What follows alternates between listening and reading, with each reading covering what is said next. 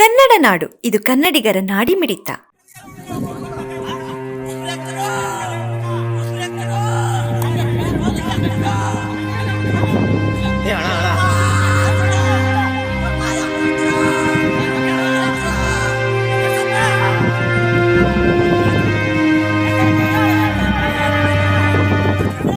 ಈಗ ಏನಿಲ್ಲ, ನಿನ್ನೆ ಒಂದು ನಮ್ಮ ಎಲೆಕ್ಟ್ರಿಕಲ್ ಕಾಂಟ್ರಾಕ್ಟ್ ಲೇಬರು ರೆಗ್ಯುಲರಾಗಿ ಕೆಲಸಗಳು ಬರ್ತಿರ್ತಾರೆ ಲೇಬರ್ಗಳು.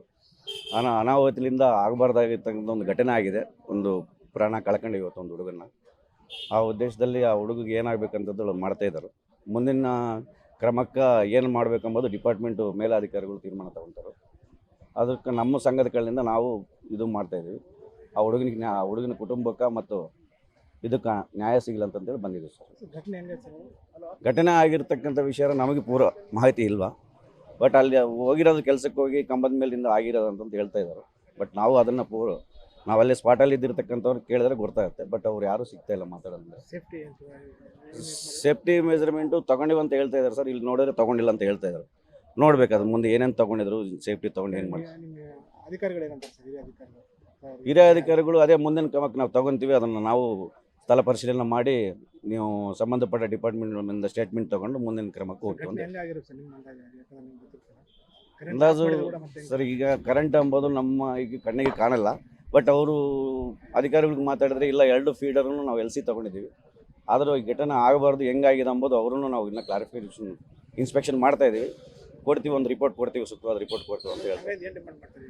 ನಮ್ಮ ಸಂಘದ ಕಡೆಯಿಂದ ಈಗ ನಮ್ಮ ಕಾಂಟ್ರಾಕ್ಟರ್ಗಳಿಗಾಗಲಿ ಮತ್ತು ನಮ್ಮ ಗುತ್ತಿಗೆದಾರ ಲೇಬರ್ಗಾಗಲಿ ಎಲ್ಲ ಸೇಫ್ಟಿಗಳು ರೀತಿ ಅವ್ರು ಕೊಟ್ಟು ಮುಂದಿನ ದಿನದಲ್ಲಿ ಇದೇ ರೀತಿ ರಿಪೀಟ್ ಆಗಲಾರ್ದಂಗೆ ನಮ್ಮ ಲೇಬರ್ಗಾಗಲಿ ನಮಗಾಗಲಿ ಸೇಫ್ಟಿ ಕೊಡಬೇಕಂತಂದೇಳಿ ಡಿಪಾರ್ಟ್ಮೆಂಟಿಗೆ ಮನವಿ ಮಾಡ್ಕೊಂತೀವಿ. ಅಲ್ಲಿ ರಿವರ್ಸ್ ಆಗಿ DJ ಅದಕ್ಕೆ ಸ್ಟೋನ್ ಕ್ರಷರ್ ಅದರಿಂದ ಏನೋ ರಿವರ್ಸ್ ಆಗಿ ಕರೆಂಟ್ ಬಂದು LTಯಿಂದ ಡೆತ್ ಆಗ್ಯಾನಂತ ವಿಚಾರ ಗೊತ್ತಾದ ತಕ್ಷಣ ನಾವು ಅಲ್ಲಿಗೆ ಹೋಗಿದ್ವಿ.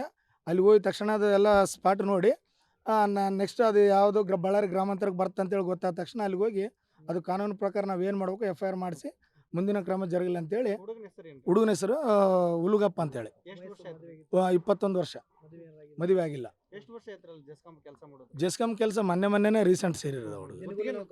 ಅಲ್ಲ, ದಿನಗೂಲಿ ಕೆಲಸಗಾರ ಹುಡುಗ. ಇದು ಲೈನ್ ಅದು ಸುತ್ತ ಕೆಲಸ ಮಾಡೋಕೆ ಹೋದಾಗ ಮೇಲೆ ಇರಿದಾಗ ಆ ಲೈನ್ ಫಸ್ಟ್ ಇಲ್ಲ, ಅದು 1-2 ಲೈನ್ ಸುತ್ತಿದ್ದಾನೆ. 3ನೇ ಲೈನ್ ಸುತ್ತ ಹೊತ್ನಾಗ LTದು ಶಾರ್ಟ್ ಆಗಿ ಅವನು ಅಲ್ಲಿ ಡೆತ್ ಆಗಿರೋದು. ಒಂದೇನು ಗೊತ್ತಾ, ಅಲ್ಲಲ್ಲ ಕರೆಕ್ಟೇ, ಏನು ಗೊತ್ತಾ, ಅದು ಯಾರು ನಿರ್ಲಕ್ಷ್ಯ ಅಂತ ನಾವು ಹೇಳೋಕ್ಕಾಗಲ್ಲ. ಯಾಕಂದ್ರೆ ಅದಕ್ಕೊಂದು ಅವ್ರು ತನಿಖೆ ಕೈಗೊಂಡು ಅದು ಸತ್ಯಾಸತ್ಯತೆ ಹೊರಗೆ ಬರಲಿ. ಅವ್ರು ಯಾವುದು ಈಗ ನಿರ್ಲಕ್ಷ್ಯ ಅಂದರೆ ಅವ್ರು LC ತೊಗೊಂಡಿವಿ ಅಂತ ಹೇಳಿದ್ದಾರೆ. ಆಮೇಲೆ ಅದು ರಿವರ್ಸ್ ಏನಾಗಿದೆ ಅಂತ ನಮಗೂ ಗೊತ್ತಿಲ್ಲ. ಅದು ಯಾಕಂದರೆ ಇದು KB ಅವ್ರಿಗೆ ಗೊತ್ತಿರ್ತಕ್ಕಂಥ ಕೆಲಸ. ಅದು ಅವರು ತನಿಖೆ ಕೈಗೊಂಡು ಮುಂದೆ ಯಾರ್ದು ತಪ್ಪಿದ್ರೆ ಅವ್ರ ಮೇಲೆ ಕ್ರಮ ಕೈಗೊಳ್ಳಿ. ಹುಡುಗನ ಆರ್ಥಿಕ ಪರಿಸ್ಥಿತಿ ಬಡತನದಲ್ಲಿ ಇರ್ತಕ್ಕಂಥ ಜೀವನ ಅವ್ರದ್ದು. ಅವರಿಗೆ ಒಂದು ಪರಿಹಾರ ದೊರಕಿದ್ರೆ ಒಂದು ಒಳ್ಳೆಯದು. ಆ ಸರ್ಕಾರಕ್ಕೆ ಆ ಹುಡುಗ ಒಂದು ಆ ಕುಟುಂಬಕ್ಕೆ ಒಂದು ಭದ್ರತೆ, ಸೂಕ್ತ ಭದ್ರತೆ, ಒಂದು ಅವರಿಗೆ ಒಂದು ಅನುಕೂಲ ಮಾಡಿಕೊಡ್ಬೇಕಂತೇಳಿ ನಾವು ಈ ಮೂಲಕ ವಿನಂತಿಸ್ತಾ ಇದ್ದೇವೆ. ಕೂಲಿ ಕಾರ್ಮಿಕರು, ಅವರು ಜಮೀನಿಲ್ಲ ಅವರಿಗೆ, ಕೂಲಿ ಕಾರ್ಮಿಕರು. ಅಣ್ಣತಮ್ಮರು 3 ಅಣ್ಣತಮ್ಮರು ಮಕ್ಕಳು. ಈಗ ಅವರು ಇವರು 2ನೇವರು ಗಂಡು ಹುಡ್ರಾಗ. ಇವ್ರು ನಂಬಿಕೆಯಿಂದ ಕುಟುಂಬ ಜೀವನ ಮಾಡ್ತಾ ಇರೋದು. ಸಮಗ್ರ ಸುದ್ದಿಗಳಿಗಾಗಿ ತಪ್ಪದೆ ನೋಡಿ ಕನ್ನಡ ನಾಡು ವಾಹಿನಿ. ಸಬ್ಸ್ಕ್ರೈಬ್ ಮಾಡಿಕೊಳ್ಳಲು ಕೂಡಲೇ ಪಕ್ಕದಲ್ಲಿ ಕಾಣುವ ಬೆಲ್ ಐಕಾನ್ ಕ್ಲಿಕ್ ಮಾಡಿ ನೋಟಿಫಿಕೇಶನ್ ಪಡೆಯಿರಿ.